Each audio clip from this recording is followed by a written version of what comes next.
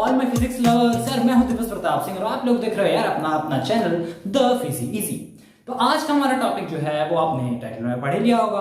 तो यार आज हम लोग बात करने वाले हैं ना कि यार हमको ये जो आसमान है ये नीले कलर का आखिर क्यों दिखाई देता है, दिन के समय में या फिर रात के समय में डार्क क्यों दिखाई देता है। ठीक, तो इस कॉन्सेप्ट को आज हम समझने वाले हैं कि दिन के समय में हमें आसमान है वो नीला क्यों दिखाई देता है। ठीक, तो यार देखो बहुत से लोग होंगे जिनको ये कॉन्सेप्ट पता होगा, तो यार बहुत वेलकम आपको। जिसको पता है, जिसको नहीं पता, आज हम इस प्यारे से बोर्ड पे समझने वाले हैं उस बहुत ही बेहतरीन से कॉन्सेप्ट के बारे में। ठीक, चलो स्टार्ट करते हैं अपने इस कॉन्सेप्ट को। तो देखो जो हमारा आसमान है ना, अगर ये आसमान हमने मान लिया तो हम अपनी आंखों से अगर इसको देखते हैं दिन के टाइम में तो हमें क्या लगेगा, ये यार ब्लू कलर का है।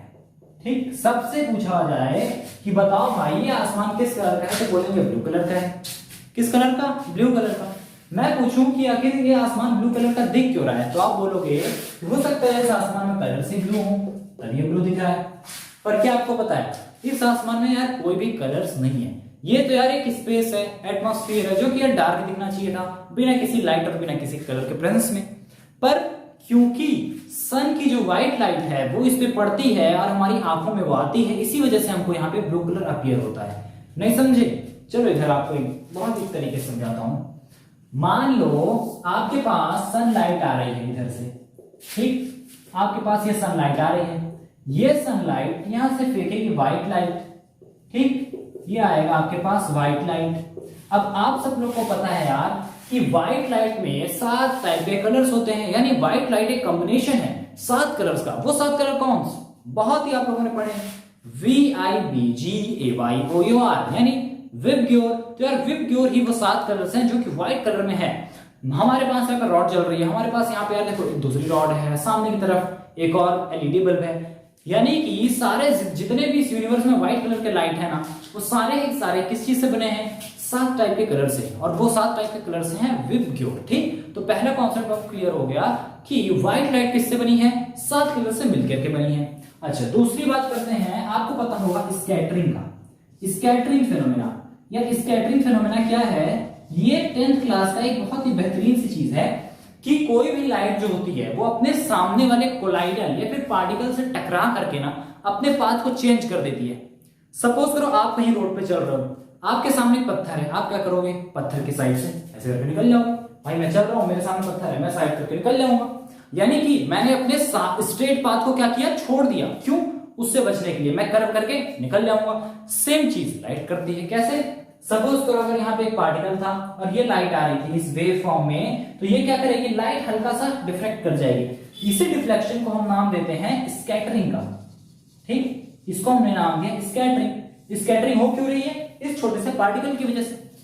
पॉइंट यहां पे नोट करने वाली चीज ये है कि ये स्कैटरिंग तभी पॉसिबल है जब ये पार्टिकल ना इस वेवलेंथ से बड़ा हो। यानी अगर ये वेव है तभी ये क्या करेगी? अपना रास्ता बदलने वाली है। अगर कहीं पार्टिकल ये है और वेव ये हो गई इतनी बड़ी, दिख रहा है इसकी वेवलेंथ बहुत ज्यादा बड़ी है इसकी वेवलेंथ, अगर कहीं इसकी वेवलेंथ बढ़ गई ना तो यहाँ पे स्कैटरिंग नहीं पॉसिबल है। स्कैटरिंग तभी पॉसिबल है जब ये पार्टिकल और ये वाली वेवलेंथ दोनों छोटे हो, यानी ये छोटा होना चाहिए। अगर ये कहीं बड़ा हो गया तो स्कैटरिंग नहीं पॉसिबल है। ठीक, अब आप सब लोग को पता है रेड का वेवलेंथ जो होता है ना, रेड लाइट का या जो वेवलेंथ है वो क्या है? बहुत ज्यादा है, यानी मैक्स है। और सबसे कम किसका है? वॉयलेट का। क्या है? मिनिमम होता है इसका लैम्डा, यानी लैम्डा मतलब हो गया आपका वेवलेंथ। ठीक, अगर वॉयलेट का लैम्डा मिनिमम है यानी बहुत कम है तो ये स्कैटर कर जाएगा और रेड स्कैटर नहीं करेगा। बस यार यही तो फिजिक्स थी। देखो कैसे, ये है आपका आसमान, इसमें एटमॉस्फेयर में क्या है? आपके छोटे छोटे पार्टिकल्स हैं, बहुत सारे डस्ट होंगे, CO2 O2 वगैरह वगैरह सब पार्टिकल्स हैं। अब यहां से आपकी सनलाइट आ रही है, सपोज करो ये आपकी सनलाइट है, ये आ रही है यहाँ पे। इस सनलाइट में है यार व्हाइट लाइट, ये देखो इसमें है व्हाइट लाइट। ठीक, ये व्हाइट लाइट क्या होगी? ये व्हाइट लाइट ना इसमें आके स्कैटर करेगी। अब क्योंकि रेड स्कैटर हो नहीं सकती क्योंकि इसकी वेवलेंथ बहुत बड़ी है।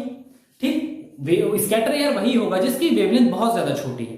तो वेवलेंथ किसकी सबसे ज्यादा छोटी है? ब्लू की, या फिर वॉयलेट या ब्लू की। तो यहाँ पे स्कैटर कौन होगा?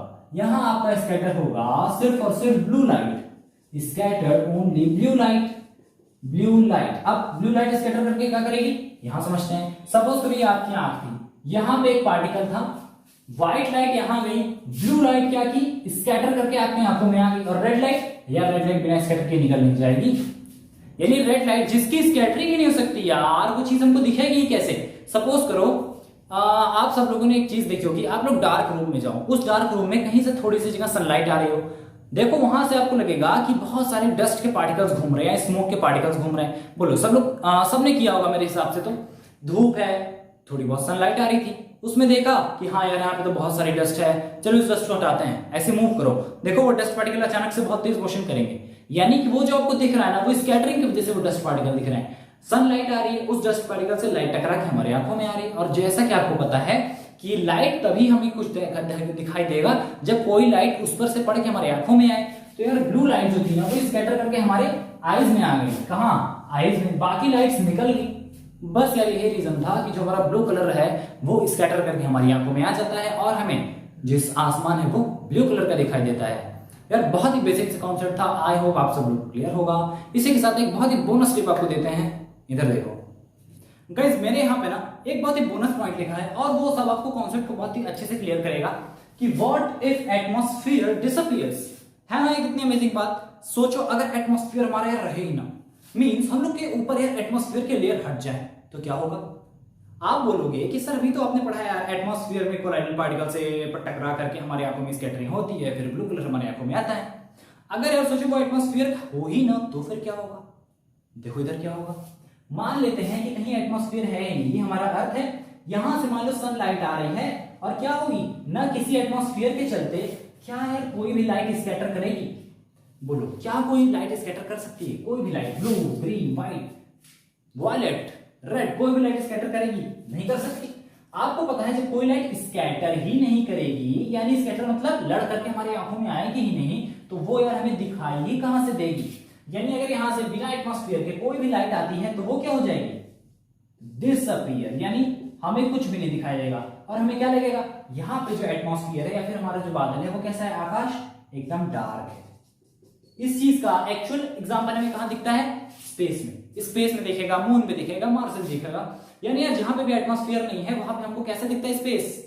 ब्लैक कलर का। इसीलिए हम लोग क्या बोलते हैं कि यार अर्थ के बाहर जाओ, देखो एकदम हर चीज एकदम डार्क हो जाती है। या फिर किसी एस्ट्रोनॉट जो है सैटेलाइट में बैठा हुआ है या अपने स्पेसशिप में बैठा है, उसको कैमरे से देखो कैसा लगेगा, लगेगा बिल्कुल एकदम डार्क है ना। आप लोगों ने कहीं ना कहीं टीवी में या फिर यूट्यूब पे देखा ही होगा कि जो हमारा ऊपर का स्पेस है वो ब्लैक कलर का है। तो वो यार ब्लैक इसलिए नहीं है कि उसमें ब्लैक पेंट है, बल्कि वो ब्लैक इसलिए है क्योंकि वहां पे कोई पार्टिकल्स प्रेजेंट ही नहीं है जो कि लाइट को स्कैटर कर सके। ठीक, तो यार यही था छोटा सा इसका पीछे का प्रिंसिपल, या फिर कह लें इसकी पीछे की फिजिक्स, जो कि बहुत ही सिंपल थी आप सब लोगों के समझने के लिए, क्योंकि यार आप लोग बेसिक से यार फिजिक्स के लेवल से हो ही। चलो मिलते हैं नेक्स्ट टॉपिक में फिर किसी बहुत ही मजेदार टॉपिक के साथ यार। तब तक के लिए क्या करना है, तब तक के नीचे इस फिजिक इजी को जरूर से सब्सक्राइब करना है। अगली बार मिलते हैं एकदम दिल से, तब तक के लिए गुड बाय।